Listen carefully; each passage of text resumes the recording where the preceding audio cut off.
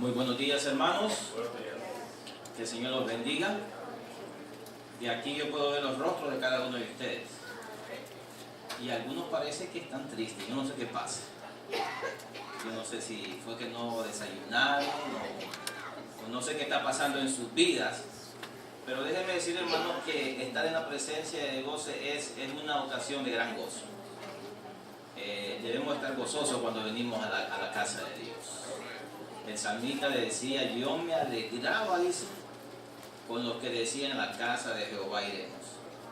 Y esta mañana, hermanos, yo me siento contento de estar aquí con ustedes. Ya tengo aproximadamente, mañana cumplimos 2 meses que nos mudamos aquí a la Florida, desde Nueva Jersey. Yo viví aproximadamente 35 años allá, más de 35 años en New Jersey. Como dijo el hermano Cruz, nací en El Salvador, soy salvadoreño. Llegué a este país en el 81, cuando tenía aproximadamente 15 años. Y de ahí para adelante, pues el resto es historia. Ahora estamos aquí por la Florida también, dándole guerra al enemigo, ¿verdad? Así es que me alegra estar aquí. Gracias a los ancianos y al pastor por darme el privilegio de presentar la palabra en esta mañana. La predicación es una de las cosas que a mí me fascina. Me encanta predicar la palabra de Dios, hermanos. Porque como predicador, el primero que recibe el mensaje soy yo. Y yo veo que la palabra de Dios en mí está haciendo efecto, yo decido compartirlo también con la iglesia. Así que en esta mañana, hermanos, antes de abrir la palabra del Señor, vamos a inclinar el rostro para tener una oración. Oremos. Amante Padre Celestial, gracias le seguimos dando en esta mañana, Señor, por su bondad, por su misericordia, Padre, por su gracia que nos extiende día tras día, por el cuidado, Señor, que ha tenido con cada uno de nosotros durante esta semana que ha pasado. Y le damos gracias, Señor, porque estamos aquí ante su presencia, Señor, en calidad de hijos suyos. Le pedimos, Padre Celestial, que nos bendiga, Padre Santo, al abrir su santa palabra, que ese poder, Señor, ese espíritu que inspiró a estos grandes hombres de Dios, ese Santo Espíritu nos pueda hablar a nosotros en esta mañana, Señor. Permita que sea una espada de 2 filos, Señor, que penetre lo más profundo, Padre Santo, y que pueda discernir nuestros pensamientos, Padre Santo. Y al salir de estos lugares, Señor, podamos salir con la convicción, Señor, de que usted nos está dando una nueva oportunidad para seguir caminando de su mano cada día. Y se lo pedimos en el nombre de Cristo Jesús. Amén. El versículo de lectura bíblica de esta mañana es uno de mis versículos favoritos. En el libro de Romanos, capítulo 12, versículo 1. Donde el apóstol Pablo nos dice: hermanos, os ruego por las misericordias de Dios, que presentéis vuestros cuerpos en sacrificio vivo, santo, agradable a Dios, que es vuestro culto racional. ¿Por qué me gusta ese versículo? Ese versículo, hermanos, me gusta porque cuando Dios nos llama a que hagamos una entrega completa. Por eso el apóstol Pablo dice: hermanos, os ruego que presentéis vuestros cuerpos en sacrificio vivo, santo, agradable a Dios, que es vuestro culto racional. Escogí ese versículo, hermanos, porque tiene que ver con el tema de esta mañana. No vamos a estar hablando acerca del capítulo 12 de Romanos, pero sí les voy a invitar que vayan a sus Biblias, que vayan a sus teléfonos, si es que no andan con Biblia, así que tienen su Biblia en su teléfono, y vayan al libro de Jueces, capítulo 6. Jueces, capítulo 6. Que es en ese capítulo donde nosotros vamos a desarrollar el mensaje para esta mañana. Jueces, capítulo 6. Yo les hago una pregunta. ¿Cuántos de ustedes han escuchado un mensaje acerca de Gedeón? Levante su mano. Veo como 4 o 5 manos. El resto nunca han escuchado de Gedeón. ¿Cuántos han leído acerca de Gedeón? Veo más manos. Ok. Capítulo 6 de Jueces es un capítulo muy interesante, pero también un capítulo poderoso y con grandes enseñanzas para cada uno de nosotros si es que queremos vivir una vida victoriosa cristiana cada día con Cristo Jesús. Yo les pregunto, ¿cuántos de ustedes quieren vivir vidas victoriosas con Cristo? Todos queremos vivir vidas victoriosas con Cristo. Pero saben, para vivir vidas victoriosas con Cristo hay un secreto. Y aquí vamos a la palabra de Dios nos dice a nosotros cómo podemos vivir vidas en victoria. El libro de Jueces es un libro que nos habla acerca de la historia del pueblo de Dios después que salieron de Egipto y entraron a la tierra prometida. Pero también la historia del libro de Jueces nos cuenta la historia de la vida de Israel, como que se estuviera montado en una montaña rusa. Ustedes conocen la montaña rusa, ¿verdad? Aquí en Florida hay un montón. Y todos los años inventan una, y Disney siempre inventa una o dos, todos los años. Y usted sabe que la montaña rusa, ¿verdad?, sube bien alto y después ¿qué sucede? Y después baja. ¿Cuántos se han montado en uno de esos aparatos? Algunos, ¿verdad?, se han atrevido. Los machos ahí, ¿verdad?, y las que son bien mujeres se han montado en eso. Déjeme decirle, eso da miedo de verdad. Creo que una vez en toda mi vida yo me he montado y creo que lo hice allá en Six Flags Great Adventure en Nueva Jersey. Y eso fue hace tiempo. Pero sí, la vida del pueblo de Israel en el tiempo de los jueces era una vida así. Subían y después se iban de a pique. Y después subían otra vez y después de otra vez de a pique. ¿No se parece muchas veces eso a nuestra vida cristiana? Subimos y después ¿qué sucede? De a pique. Y subimos otra vez y después de a pique. Muchas veces somos los cristianos, los adventistas del séptimo día para arriba y los de a pique, ¿verdad? Muchas veces vivimos más de a pique que para arriba. Pero en esta mañana el Señor nos va a ayudar, hermanos, a que nosotros mejoremos nuestra condición, ¿verdad? En nuestro diario caminar con Él. Versículo 6, el capítulo 6, versículo 1 de Jueces nos comienza diciendo: los hijos de Israel hicieron lo malo ante los ojos de Jehová, y Jehová los entregó en manos de Madián por 7 años. Cuando usted lee el libro de Jueces, usted ve que mientras Dios levantaba un juez, ¿verdad?, que el Señor lo guiaba, el pueblo iba para adelante. Pero cuando ese juez moría, el pueblo iba para abajo. Y aquí comienza la historia del libro de los jueces en una de esas bajadas, en uno de los bajones del pueblo de Dios. Dice que los hijos de Israel hicieron lo malo ante los ojos de Jehová, y Jehová los entregó en manos de Madián por 7 años. Y la mano de Madián prevaleció contra Israel, y los hijos de Israel, por causa de los madianitas, se hicieron cuevas en los montes y cavernas y lugares fortificados. De acuerdo a la historia bíblica, el relato bíblico que yo leo, cuando el Señor libró a Israel de Egipto, lo llevaba a una tierra que fluía ¿qué? Leche y miel. Una tierra muy productiva, una tierra donde ellos iban a poder vivir felices, una tierra donde ellos podían consumar sus sueños, donde usted podía plantar, donde usted podía criar su ganado, donde los niños podían jugar en libertad, sin ningún peligro. Desgraciadamente, por hacer lo malo ante los ojos de Jehová, ahora estaban viviendo ¿dónde? En cuevas, cavernas y lugares fortificados.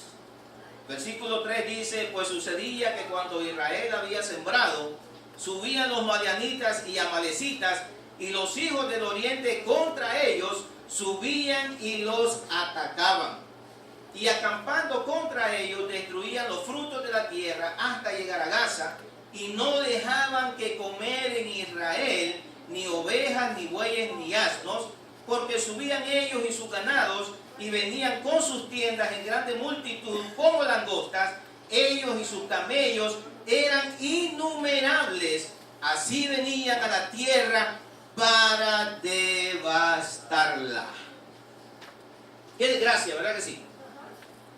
¿Qué le parecería a usted si después de haber trabajado una semana arduamente, yo no sé cuánto trabajan aquí a la intemperie, ¿verdad?, bajo el sol? Aquí en Florida hace un calor terrible y hay un sol, bueno, que quema también. Pero digamos que usted no trabaja allá afuera, usted trabaja en otra parte. Y después de una semana ardua de trabajo, cuando usted va a buscar su cheque, ya otro lo ha colectado por usted. ¿Cómo usted se sentiría? ¿Contento? ¿Feliz? Yo creo que no, hermanos. Esto es lo que le sucedía a Israel. Después que ellos habían plantado, habían trabajado bajo el sol, habían sembrado, venían los amalecitas, los madianitas y los hijos del oriente y venían a acabar con todos sus sembrados. Fíjense, los madianitas, los amalecitas y los hijos del oriente venían siendo familiares lejos de Israel. Los madianitas eran descendientes de Abraham, los amalecitas descendientes de Esaú, y los hijos del oriente también venían siendo descendientes de Abraham de igual manera. Pero llegaron y acabaron con todos sus sembrados. Dice, de este modo empobrecía Israel en gran manera por causa de Madián. Y los hijos de Israel, dice, que clamaron a Jehová. ¿Cómo es que Israel, después de haber sido libertado con el brazo poderoso de Dios y por muchos milagros, ahora cae en una situación así? Saben que al comienzo del libro de Jueces nos cuenta la razón por la cual Israel cayó en ese problema. Vayamos al libro de Jueces, capítulo 1, versículo 28. Dice la palabra de Dios: pero cuando Israel se sintió fuerte, hizo al cananeo tributario, mas no lo arrojó. Ahora yo les pregunto, si ustedes han leído la historia del pueblo de Dios, durante todo el caminar en el desierto, ¿cuál había sido el mandato de Dios para Israel cuando ellos fueran y tomaran la tierra por heredad? ¿Cuál había sido el mandato? ¿Quién se acuerda? El mandato era que debían de echar a todos esos moradores, ¿de dónde? De su contorno, debían de echarlos. Desgraciadamente, hermanos, Israel no hizo caso. Porque nos dice la palabra de Dios que cuando ellos se sintieron fuertes, en vez de echarlos, los hicieron ¿qué? Vamos, ahí está la Biblia. Dice que los hicieron tributarios. Qué buena gente, ¿verdad? El pueblo de Israel. Muchas veces nosotros tendemos a ser más bondadosos que Dios, porque Dios dijo, sáquenlos, pero ellos dijeron, ay, pobrecito, bendito, dejémoslos aquí.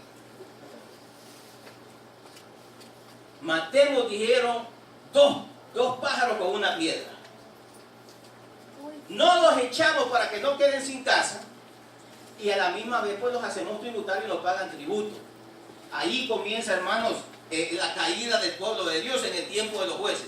Y si leen el 30 en adelante, ustedes van a encontrar esta palabra que dice: tampoco Zabulón arrojó, tampoco Aser arrojó, tampoco dice Neftalí arrojó. Después dice, los amorreos acosaron a los hijos de Dan hasta el monte y no les dejaron descender a los llanos. ¿Obedeció el pueblo de Dios el mandato de Dios? No, desobedeció. El Señor miren queridos hermanos, Dios es bien claro con nosotros. Cuando Dios dice, mire, algo, hermanos, es que nosotros debemos atender ese mandamiento. Les había dicho a ellos también, no daréis vuestros hijos ni vuestras hijas, ¿a quiénes? A los hijos y las hijas de los moradores de esas personas, porque eran gente idólatra, eran gente paganas. Y el Señor dijo, no os daréis vuestros hijos y vuestras hijas a los paganos, porque hará, dijo, alejar sus corazones de mí. Desgraciadamente, el pueblo no escuchó. Tomaron mujeres y maridos de la gente pagana, y el pueblo comenzó, mire, a ir de cabeza. Al punto que dice la palabra de Dios, en el versículo 7 del capítulo 2, versículo 8, perdón. Dice, pero murió Josué, hijo de Nun, siervo de Jehová, siendo de 110 años, y lo sepultaron, dice, en su heredad, en Timnat-Serah, en el monte de Efraín, al norte del monte de Gaas. Murió Josué. Josué había sido el sucesor de Moisés, uno de los grandes líderes del pueblo de Dios, que había llevado había introducido al pueblo de Dios a la tierra prometida. Pero ahora había muerto ese gran líder. Y también dice la palabra de Dios, versículo 10, y toda aquella generación también fue reunida a sus padres. ¿Qué generación? La generación que vivió en los tiempos de Josué. La generación que vio los milagros de Dios. La generación que vio cómo Dios abrió el río Jordán para que entrara. La generación que vio toda la misericordia que Dios había hecho con el pueblo. Desgraciadamente dice que murió también toda aquella generación. Fue reunida, dice, con sus padres. Y ahora viene lo bueno. Aquí viene lo bueno. Y se levantó después de ellos otra generación que ¿qué? Que no conocía a Jehová ni la obra que él había hecho por Israel. ¿Saben que la sierva de Dios en el capítulo 53, Patriarcas y Profetas, a todas las iglesias que yo voy a predicar les dejo tarea? Lean capítulo 53, Patriarcas y Profetas. Dice ella ahí que los padres prepararon el camino. Escucha esto, padres. Los padres prepararon el camino para que toda esa generación no conociera de Jehová. Los padres. ¿Cuántos somos padres aquí? Hay un grupo que somos padres. Los padres tenemos una gran responsabilidad delante de los ojos de Dios, de educar y enseñar a nuestros hijos acerca del temor de Jehová. Y no solamente eso, miren, padres, si ustedes quieren que sus hijos se mantengan en la iglesia, vengan ustedes a la iglesia. Los padres somos los que le damos el ejemplo a los hijos. Si somos flojos para venir, ¿cómo creen que los hijos van a crecer? Buenos cristianos, buenos flojones van a ser. Así es que dice la sierva de Dios que fueron los padres los que prepararon el camino para que esta nueva generación que se levantó después de Josué no conociera a Jehová.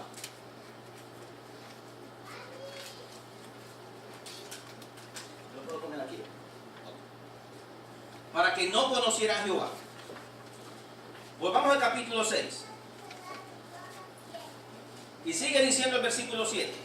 Y cuando los hijos de Israel clamaron a Jehová a causa de los madianitas, dice que Jehová envió a los hijos de Israel un varón profeta. Jeremías 33:3 nos dice: clama a mí y yo te responderé. Esa es una promesa de Dios. Clama a mí que yo te responderé. Miren, hermanos, nosotros necesitamos clamar a Dios todos los días cuando le somos fieles, y debemos de clamar a Dios cuando le somos infieles. Y el Señor, miren, hermanos, el Señor es misericordioso y se apiada de nosotros. Se apiada de nuestra debilidad, se apiada de nuestra desobediencia. Y el pueblo que aquí había sido desobediente, pero ellos clamaron a Jehová. Jehová les respondió y les mandó un profeta, el cual les dijo: así ha dicho Jehová, Dios de Israel.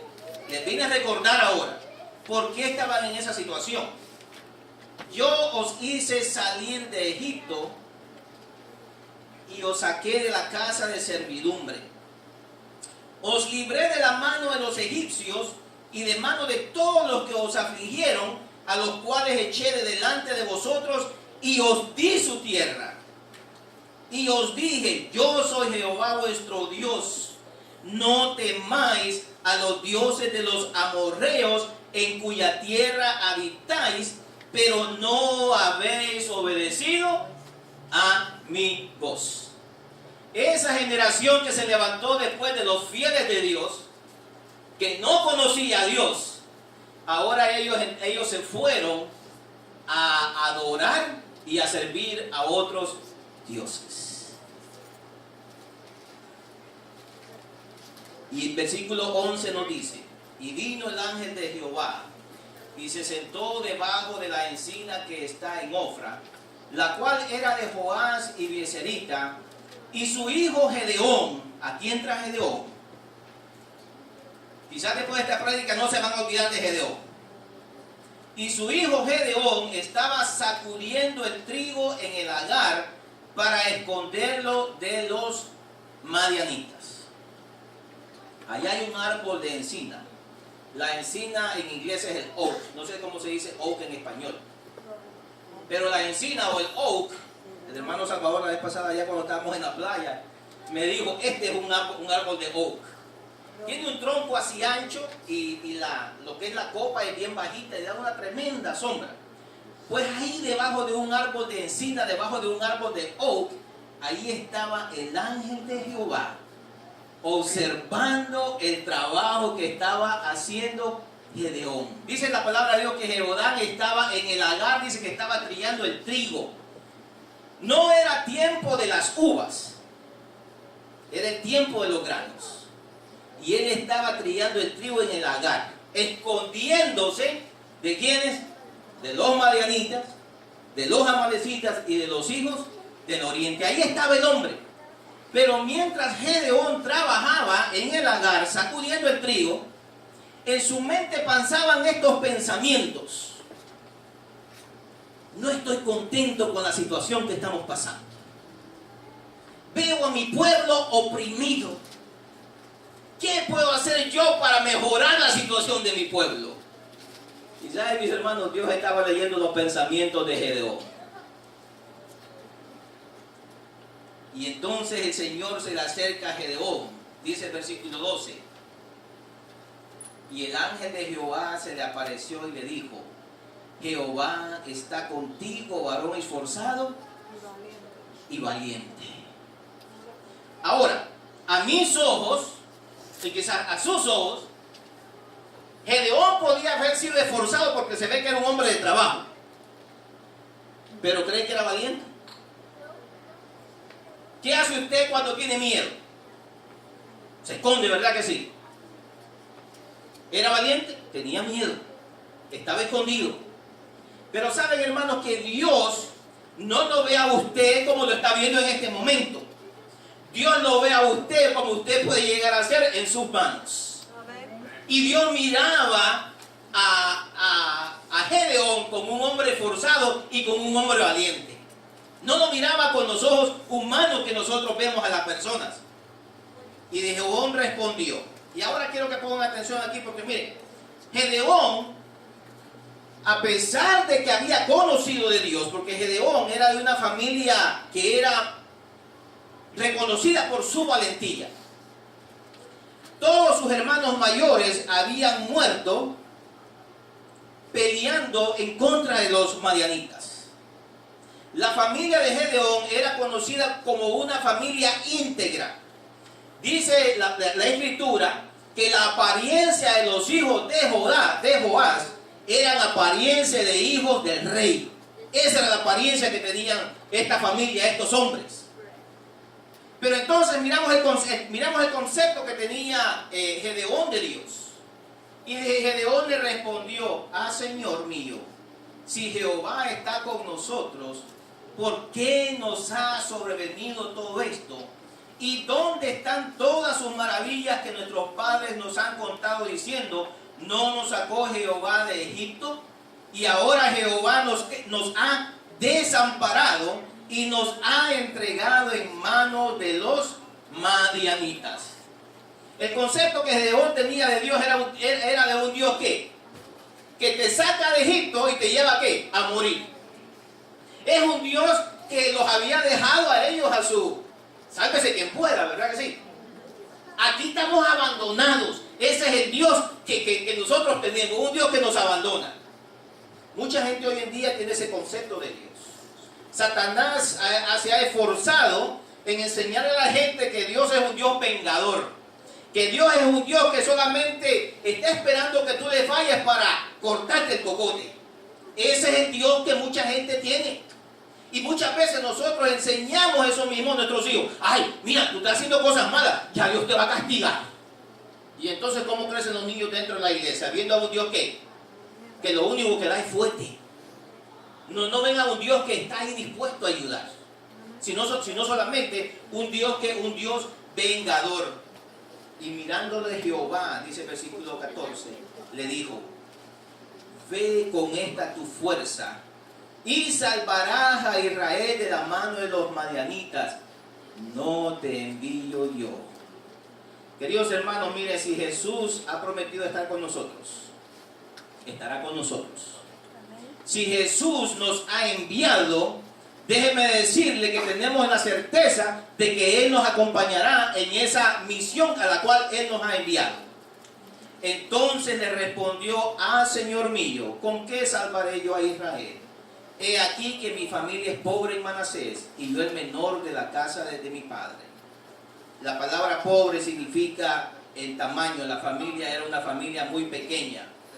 Jehová le dijo: ciertamente yo estaré contigo y derrotarás a los madianitas como a un solo hombre.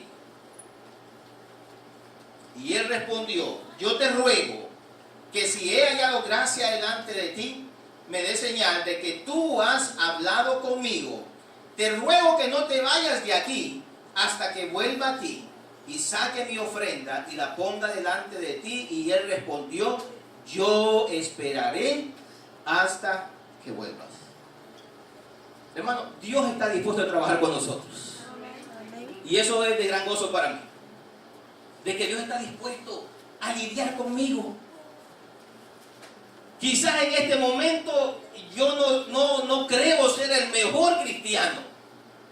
Pero ¿sabe qué? Dios está dispuesto a trabajar contigo. El Señor me dice a Gedeón: mira, ve y yo voy a esperar. Una cosa que quería tener claro en su mente Gedeón y tener confianza era que verdaderamente él se había encontrado con el ángel de Jehová. Y entrando Gedeón, dice el versículo 19, preparó un cabrito y panes sin levadura de una efa de harina y puso la carne en un canastillo y el caldo en una olla y sacándolo, dice, se lo presentó debajo de aquella encina. Entonces el ángel de Dios le dijo: toma la carne y los panes sin levadura y ponlo sobre esta peña y vierte el caldo. Y él hizo así. Y extendiendo el ángel de Jehová el báculo que tenía en su mano, tocó con la punta la carne y los panes sin levadura, y subió fuego de la peña, el cual consumió la carne y los panes sin levadura, y el ángel de Jehová, dice, desapareció de su vista. Viendo entonces Gedeón que era el ángel de Jehová, dijo: Señor Jehová, que he visto al ángel de Jehová cara a cara. Pero Jehová le dijo: paz a ti, no tengas temor. Y edificó allí Gedeón altar a Jehová y lo llamó Jehová Salom. Quizás en su Biblia diga Jehová Shalom, el cual pertenece hasta hoy en Ofra de los abiezeritas. Miren cómo Dios va trabajando en la vida de Gedeón. Y Dios quiere trabajar así con usted y conmigo también. Gedeón tenía un concepto errado en su mente acerca de Dios. Pero Dios trabaja en la mente de Gedeón. Y ahora Gedeón ya no tiene un concepto errado de Dios. Ahora aquel Dios que lo había abandonado, aquel Dios que no se preocupaba por ellos, ahora es el Dios de paz. El Dios de paz. Aconteció que la misma noche le dijo Jehová, y pongamos atención a cada una de estas cositas, porque esto tiene que ver con la victoria que obtuvo Gedeón. Y a la misma vez, si nosotros aplicamos estos pasos, también, hermanos, usted y yo podemos ser cristianos victoriosos cada uno de nuestros días hasta que Cristo venga. Aconteció que la misma noche le dijo Jehová: toma un toro del hato de tu padre, el segundo toro de 7 años, y derriba el altar de Baal que tu padre tiene, y corta también la imagen de acera que está junto a él. Miren, si Israel quería hacerle frente a los madianitas, tenían que decirle no a la idolatría. Tenían que comenzar ahí. Y dice la palabra de Dios, y las instrucciones del Señor, miren lo que le sigue diciendo: derriba el altar a Baal. Y el versículo 26 dice: y edifica altar a Jehová tu Dios en la cumbre de este peñasco, en lugar conveniente. Y tomando el segundo toro, sacrifícalo en holocausto con la madera de la imagen de acera que habrás cortado. Entonces Gedeón dice que tomó 10 hombres de sus siervos e hizo como Jehová le dijo, mas temiendo hacerlo de día por la familia de su padre y por los hombres de la ciudad, lo hizo de noche. Gedeón, hermanos, era un hombre prudente. Los cristianos debemos de ser prudentes.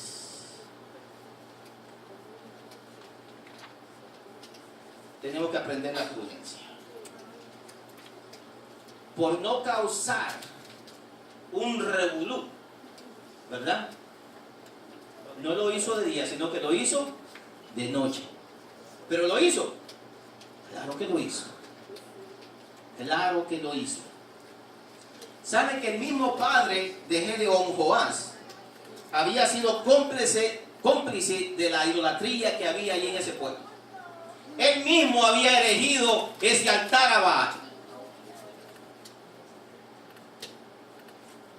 Entonces dice el versículo 28, por la mañana cuando los de la ciudad se levantaron, he aquí que el altar de Baal estaba derribado y cortada la imagen de acera que estaba junto a él.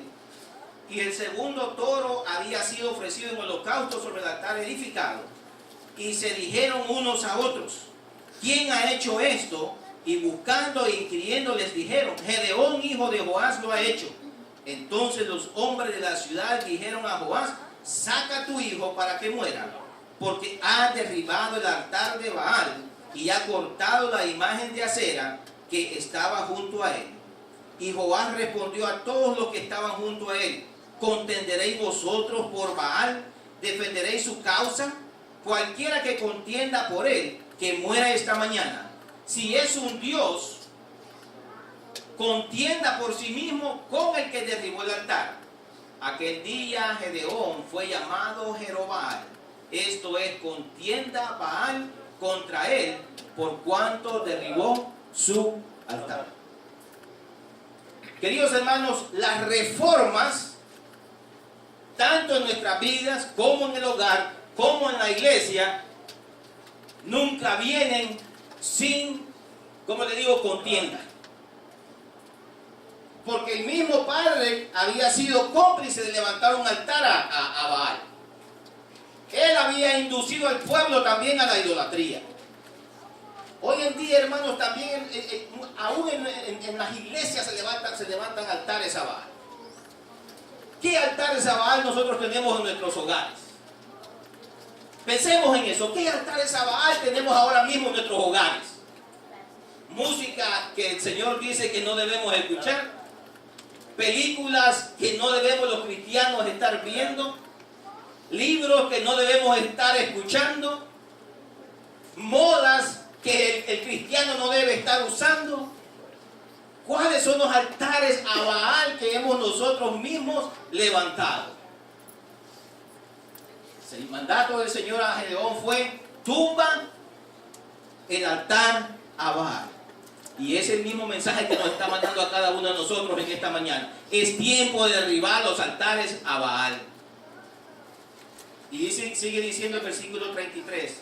Pero todos los madianitas y los amalecitas y los del oriente se juntaron a una, y pasando acamparon en el valle de Jezreel. Entonces el espíritu de Jehová vino sobre Gedeón, y cuando éste tocó el cuerno, los abiezeritas se reunieron con él. Y envió mensajeros por todo Manasés, y ellos también se juntaron con él a sí mismo, enviando mensajeros a Aser, a Zabulón, a Neftalí, los cuales salieron a encontrarles. Y Gedeón dijo a Dios: si has de salvar a Israel por mi mano, como has dicho, he aquí yo pondré un vellón, ¿verdad?, una alfombra de lana en la era. Y si el rocío estuviera en el vellón solamente, quedando seca toda la otra tierra, entonces entenderé que salvarás a Israel por mi mano, como lo has dicho.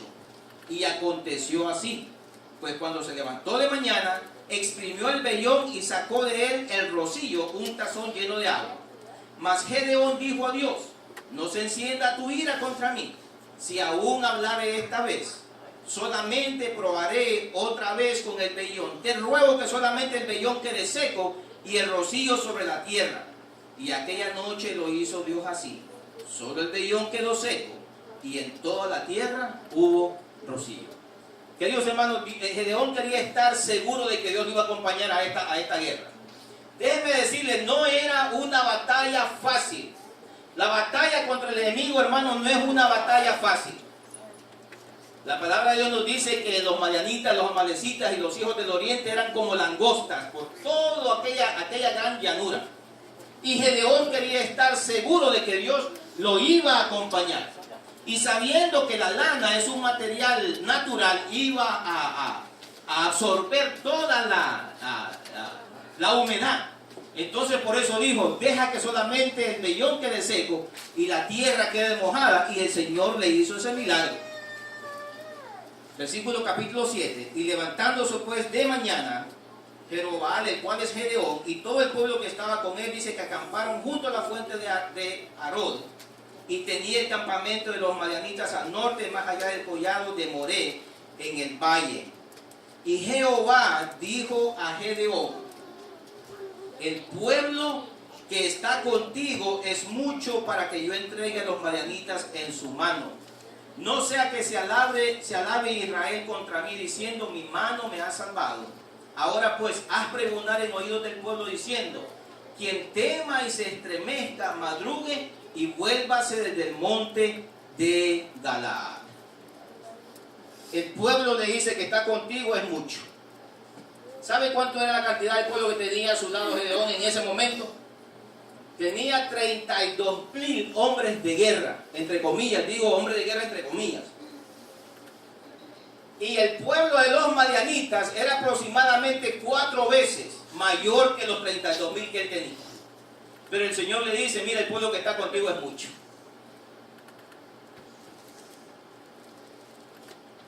No sea, dice, que se alabe Israel contra mí, diciendo, mi mano me ha salvado. Miren lo que comenta Elena de White. Capítulo 53. Dice que los que no estaban dispuestos a arrostrar peligros y penurias, o cuyos intereses mundanos desviaban su corazón de la obra de Dios, no fortalecían en modo alguno a los ejércitos de Israel. Su presencia no podía sino ser causa de debilidad. Ahora, ¿qué va a ser un miedoso en una guerra? ¿Cuántos han sido soldados aquí? Levante su mano. Allá un hermano soldado, otro más. ¿Ha estado en guerra, hermano, usted? ¿En ninguna vez? Gracias a Dios que no fue. Pero yo, cuando yo estaba en high school, tenía un amigo que se llamaba George. Y George fue a la primera guerra que hubo en el Golfo Pérsico. Recién salido de high school, él se graduó como en el 89, por ahí. La guerra del Golfo Pérsico fue allá entre los principios de los años 90. Y él nos contaba, escuche, este era un marine, ¿ok? De la marina. Y él nos contaba que esa guerra era tan fuerte, las bombas caían alrededor de ellos. Y dice que ahí en la trinchera donde ellos estaban metidos, a pesar de que querían ganar la guerra, pero estaban llorando. ¿Qué le puede decir un miedoso a otro miedoso? No tengas miedo que yo estoy temblando. El Señor dijo, no, aquí está lleno de miedosos. Mire, cada quien para su casa. También había un edicto en Israel que todo aquel que estaba recién casado, o acababa de haber hecho una casa, o acababa de sembrar una viña, no podía ir a la guerra por lo menos por un año. Tenía que atender su viña para que él probara de la viña, tenía que estrenar su casa y tenía también que cumplir ya las cosas con las cuales se había casado. Entonces no podía ir a la guerra. Así es que dentro de ese grupo se fueron estos y también los miedosos se fueron ahí. Versículo 4 dice, y Jehová dijo a Gedeón, dice el versículo, y se devolvieron de los del pueblo 22,000 y quedaron 10,000. Y el Señor le dice a Gedeón, aún es mucho el pueblo. ¿Ustedes creen que el pueblo era mucho? A nuestros ojos humanos, hermanos, miren, nosotros vamos para un suicidio. 10,000 contra 120 y pico de mil. Pero saben, a los ojos de Dios era mucho. Le dijo el Señor, llévalos a las aguas y ahí te los probaré. y del que yo te diga va contigo, irá contigo. Mas de cualquiera que yo te diga, este no vaya contigo, el tal no irá. Entonces llevó al pueblo a las aguas, y Jehová dijo a Gedeón: cualquiera que lamiere las aguas con su lengua como lame el perro, a aquel pondrás aparte. Asimismo a cualquiera que se doblare sobre sus rodillas para beber. Y fue el número de los que lamieron llevando el agua con su mano a su boca, 300 hombres, y todo el resto del pueblo se dobló sobre sus rodillas para beber las aguas. Yo no sé, si yo fuera Gedeón, yo le digo al Señor: mira, dear Lord, I quit, I'm done. Esto se llama suicidio. Pero ¿sabe qué? Gedeón creía en la palabra de Dios. Gedeón creía que aquel que lo llamó lo iba a acompañar a esa guerra también. Y sabe, hermano, Dios conoce nuestros corazones. Dios sabe verdaderamente de qué usted y yo estamos hechos. Porque aquí en la iglesia nosotros podemos venir a cantar aleluya, gloria a Dios, pero a la hora de la prueba, ahí nosotros demostramos quiénes verdaderamente somos. Y el Señor le dijo a Gedeón: mira, yo te lo voy a probar para que tú veas. You see what I'm telling you. They're not who you think they are. No son lo que tú piensas que ellos son. Y miren lo que dice Elena G. de White, mismo capítulo 53. El carácter se prueba a menudo por los medios más sencillos. El carácter. Los que en un momento de peligro se empeñan en suplir sus propias necesidades no eran hombres en quienes se podía confiar en una emergencia. El Señor no tiene en su obra lugar para los indolentes y para los que suelen complacer el apetito. Yo no sabía muy bien qué significaba la palabra indolente, pero el diccionario define la palabra indolente como un flojo. Un flojo. Como aquel que prefiere pasar tirado en un sillón un domingo completo, ¿verdad?, sin hacer nada, viendo los partidos del Barcelona y del Real Madrid y cuántos otros partidos hay por ahí, cuántas ligas hay por ahí. Porque no tiene tiempo. Y entonces dice la sierva de Dios que no, el Señor no tiene en su obra, escuchen, en la obra del Señor. ¿Cuál es la obra del Señor? ¿Cuál es la obra del Señor? Esta mañana estábamos hablando acerca de la obra del Señor. La hermana Maggie habló acerca de la obra del Señor, ¿verdad? El hermano mencionó acerca de cuidar de quiénes, de las viudas, de los quiénes más, de los huérfanos, predicar el evangelio. Eso es la obra del Señor. El Señor dice: no tiene en su obra lugar para los indolentes y para los que suelen complacer el apetito. Escogió a los hombres que no permitieron que sus propias necesidades les hicieran demorar el cumplimiento del deber. No solo poseían valor y dominio de sí mismos los 300 hombres elegidos, sino que eran también hombres de fe. No los había contaminado la idolatría. Dios podía dirigirlos y por su medio librar a Israel. El éxito no depende del número. Tanto puede Dios libertar por medio de pocos como de muchos.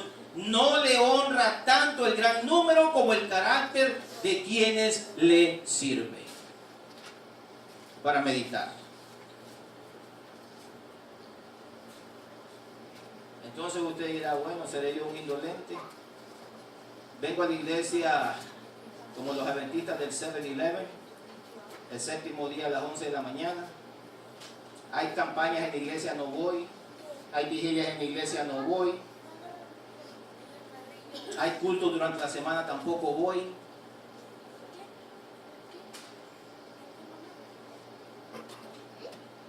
Desgraciadamente esos son los indolentes.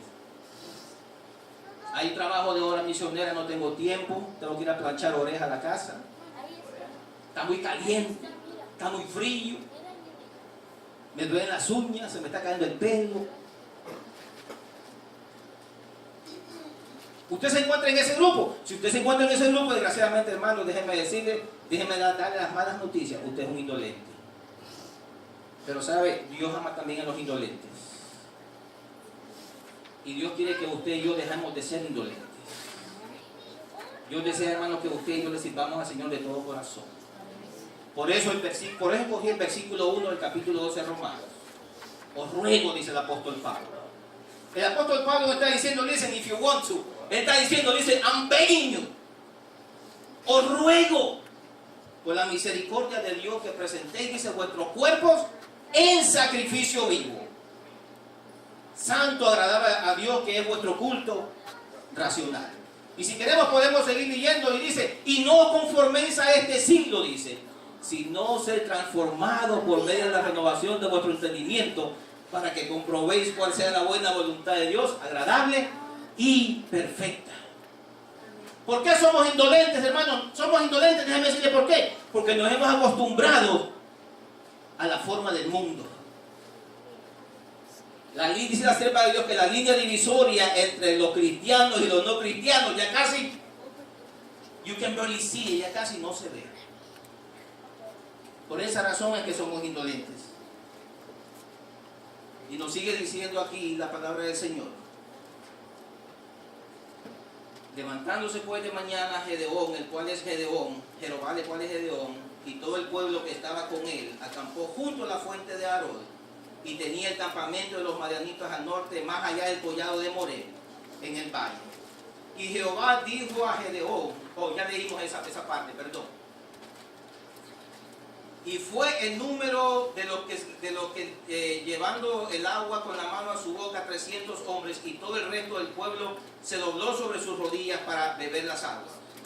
Entonces Jehová dijo a Gedeón, con estos 300 hombres que lamieron el agua os salvaré, y entregaré a los madianitas en tus manos, y váyase toda la demás gente, a cada uno a su lugar.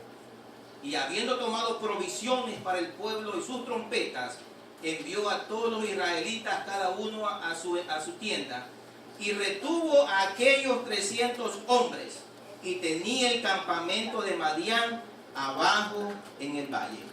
Déjeme decirle, Gedeón era un buen líder. Y podemos decirlo, si lo aplicamos a nuestro tiempo, era un buen líder de iglesia.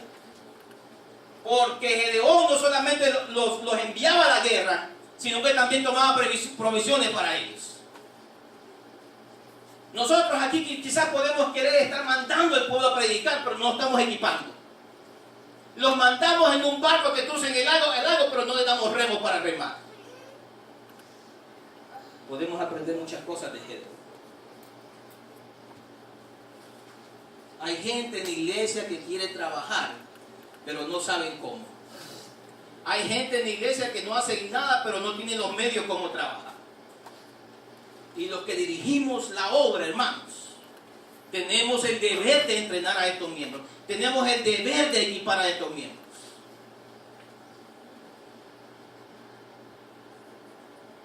Esta mañana escuché que se compró la iglesia de lado. Yo estoy contento por eso. Aunque no soy miembro de esta iglesia, mire, yo estoy contento por eso. Porque esa iglesia la vamos a hacer crecer. Poquitos amén. Solamente los amén de los 300 de Gedeón. Y el resto, ¿qué va a hacer? Porque mire, cuando usted no hace nada, usted hace algo. Déjame decirle qué es lo que el diablo pone a hacer. El diablo rápido lo va a poner a hacer, a criticar todo lo malo que está haciendo en la iglesia, aunque esté haciendo bien. Oh, que esta pintura no me gusta, oh, mira cómo dejaron esta losa, oh, mira que la cortina, oh, mira que el chandelier.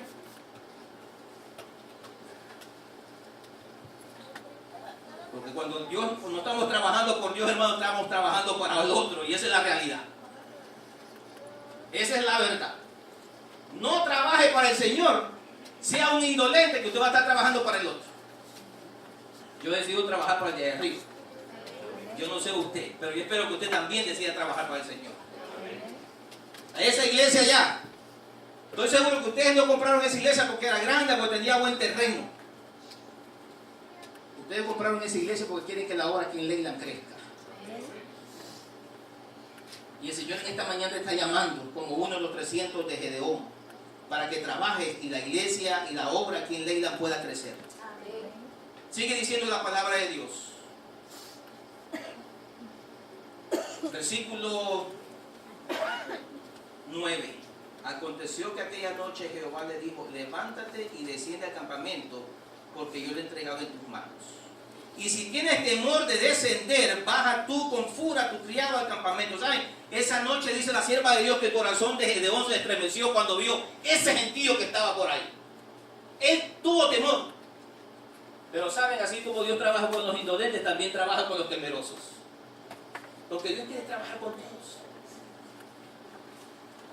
Y se fue él con furia, su siervo de armas, su criado creo que era. Y allá escuchó que alguien estaba diciendo, mira, tú sabes que ayer anoche yo tuve un sueño. Y yo miraba que un pan de cebada rodaba desde muy allá y vino y chocó contra la tienda y la tienda se cayó. Y el compañero del cual estaba contando la historia, como era interpretador de sueños, le dijo, ¡ay! Le dijo, esa es la espada de Gedeón que está contra nosotros. Jehová ha entregado, dice, a Madián en manos de Gedeón. Y ahora Gedeón se fue, mire, contento a animar a su pueblo porque el Señor les había dado la victoria. Y entonces nos sigue diciendo la palabra de Dios aquí.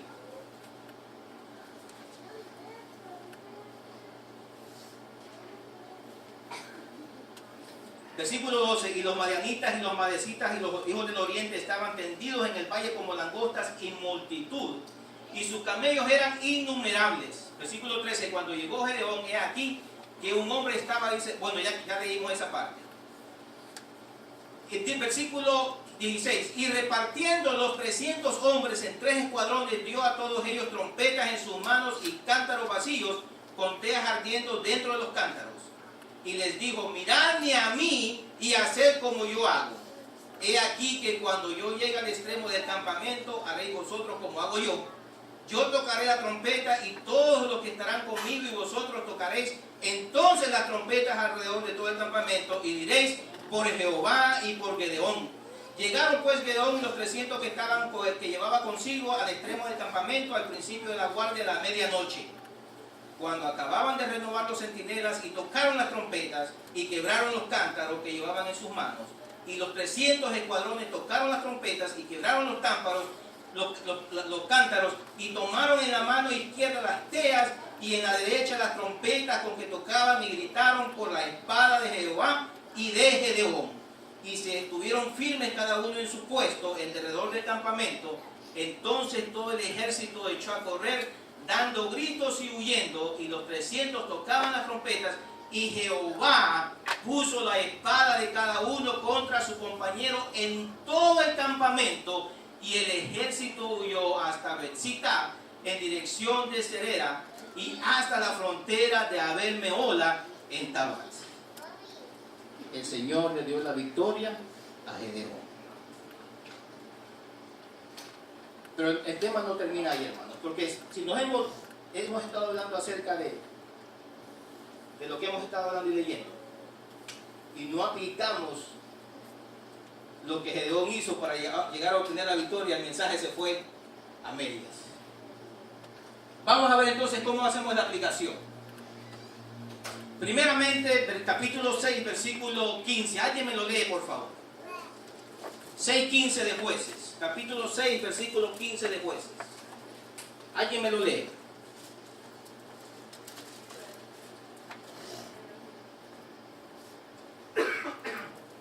Entonces le respondió, Señor mío, ¿con qué tengo que salvar a Israel? He aquí que mi familia es pobre y Manases, y yo soy el menor en la casa de mi padre. Amén. Gracias, hermano. ¿Cuál es su nombre, hermano? Giovanni, gracias, muchas gracias, le agradezco.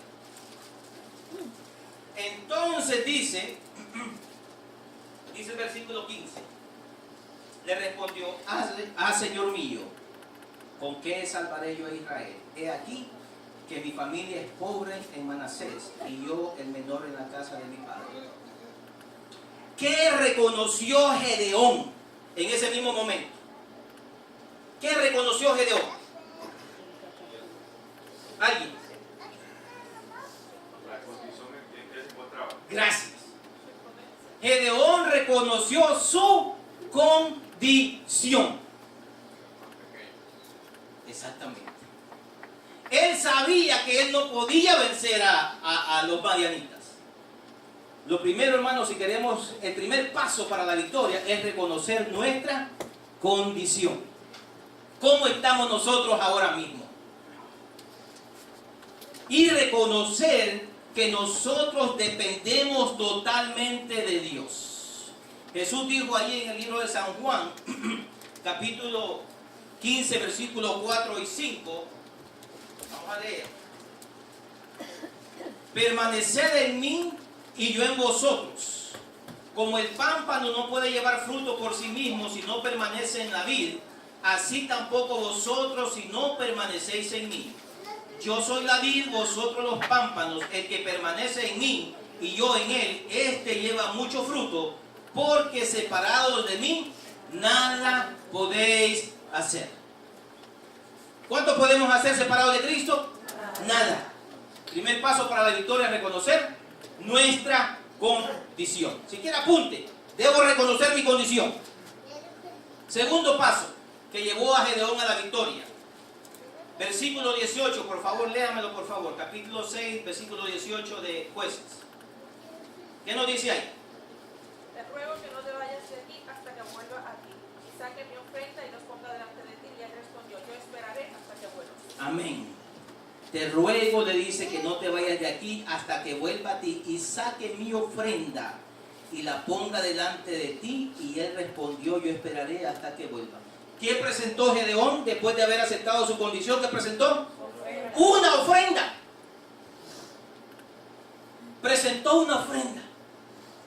El segundo paso para la victoria, hermanos, es que debemos de presentar nuestro cuerpo como sacrificio vivo, santo, agradable a Dios, que es nuestro culto racional. Dios quiere nuestro todo, hermanos. Dios no se conforma con un poquitito. A los casados aquí, ¿cuánto se conformaría que su esposa solamente le diera un poquitito de atención? Levante la mano. Ninguno, ¿verdad que no, hermano Giovanni? ¿Usted quiere que su esposa le dedique qué? ¿Verdad? Buena atención. ¿Verdad que sí? Mire, nosotros los hombres somos fáciles para que nos complazcan.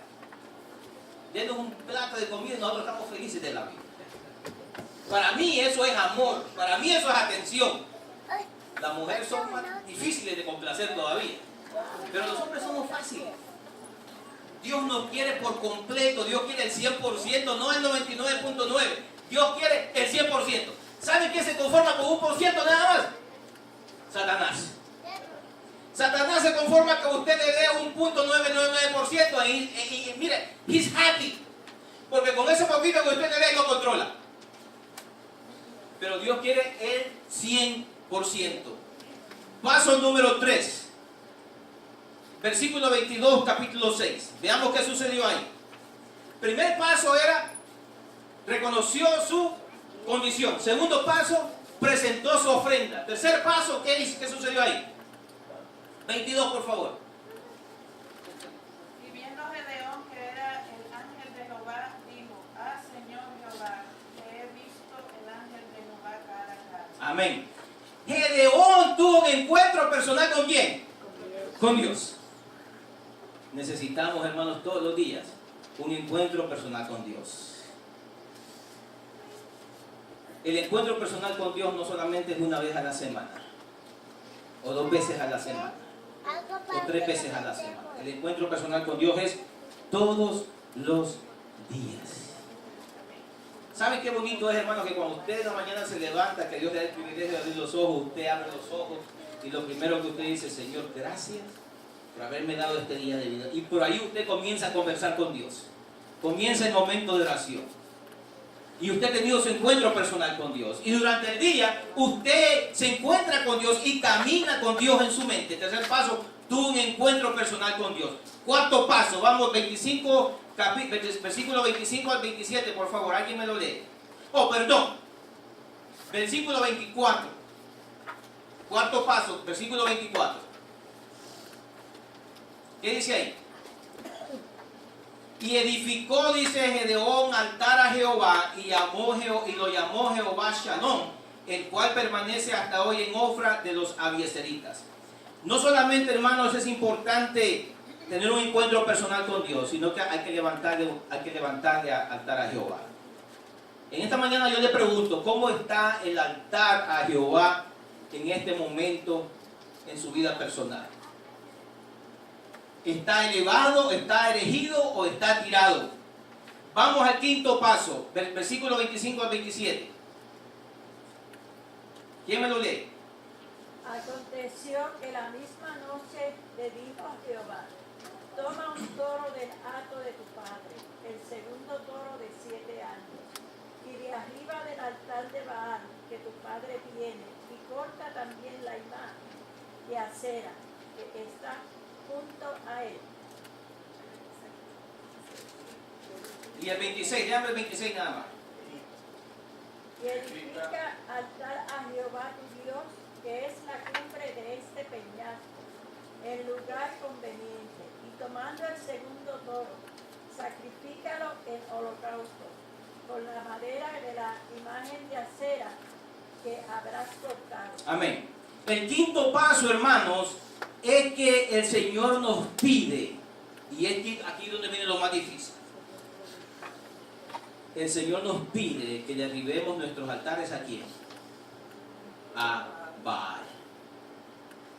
¿Qué es lo que toma la mayoría de nuestro tiempo? ¿Qué es lo que nos aguanta a nosotros de no servirle a Dios como debemos de servirle? ¿Qué es lo que nos está carcomiendo el tiempo que no le dedicamos a Dios para su obra, o no le dedicamos a Dios para venir a la iglesia, o no le dedicamos a Dios tiempo para pasar y estudiar la palabra de Dios con Él? Todas esas cosas, hermanos, que nos aguantan, esos son los altares a Baal que nosotros tenemos en nuestra vida. Y el Señor nos dice en esta mañana, es tiempo de derribar los altares a Baal. Eso es lo más difícil. Porque ¿sabe quién es el que se interpone ahí? Nosotros mismos. Porque a mí me gusta esto, porque a mí me gusta aquello, porque yo quiero ver esto, porque yo quiero ver aquello, porque yo estoy cansado, ¿verdad? Y no tenemos tiempo para Dios. Y ese tiempo que le dedicamos a otras cosas, esos son los altares que nosotros tenemos elevados en nuestras vidas a Baal. Pero como mencioné hace un poquito, no solamente es tiempo de derribar los altares, sino que también edificar el altar a Jehová. ¿Y sabe lo interesante de todo esto? En el versículo 34 nos dice algo bien interesante, que sucedió después de todas estas cosas. Entonces el Espíritu de Jehová vino ¿sobre quién? Sobre Gedeón. ¿Cuándo vino el Espíritu de Jehová sobre Gedeón? Cuando los altares a Baal habían sido ¿qué? Derribados. Nosotros, déjenme decirle, yo me gozo en la cadena de oración que hace el pastor todas las mañanas. He estado entrando, siempre trato de entrar, algunas veces me bajo a echar diésel al camión y me lo pierdo y me duele perderme. Pero cuando yo voy pendiente del reloj ahí en mi radio y ¡pum! Me conecto. Y se está orando, hermanos, me gusta, mire, eso es una cosa que me gusta. Déjenme decir una cosa que me llama mucho la atención de esta iglesia. Los miércoles que he venido aquí se ora de verdad. Y los felicito al hermano Mario y el otro anciano, el hermano Mario también, Sánchez, que están dedicados a la oración. Y en esa cadena de oración que se hace, se está pidiendo por el derramamiento del Espíritu Santo en nuestras vidas. Pero nunca se va a derramar si los altares a Jehová no son tumbados. Podemos pelarnos las rodillas, clamando el derramamiento del Espíritu Santo, pero hasta que nosotros no derribemos nuestros altares a Jehová, a Baal, que le hemos levantado, el Espíritu Santo no va a ser derramado. Y es bien clara la sierva de Dios cuando habla acerca de eso. Dice que en el día de Pentecostés el Espíritu Santo fue derramado porque cada uno, dice, tumbó los altares a Baal.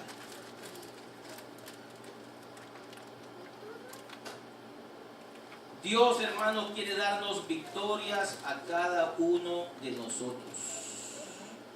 Dios quiere que nosotros, hermanos, seamos cristianos victoriosos. Veamos cuál será el resultado. Vayamos al libro de Hechos, capítulo 2, versículo 1 al 4. Hechos 2, 1 al 4. Y con esto vamos a concluir. Hechos 2, 1 al 4.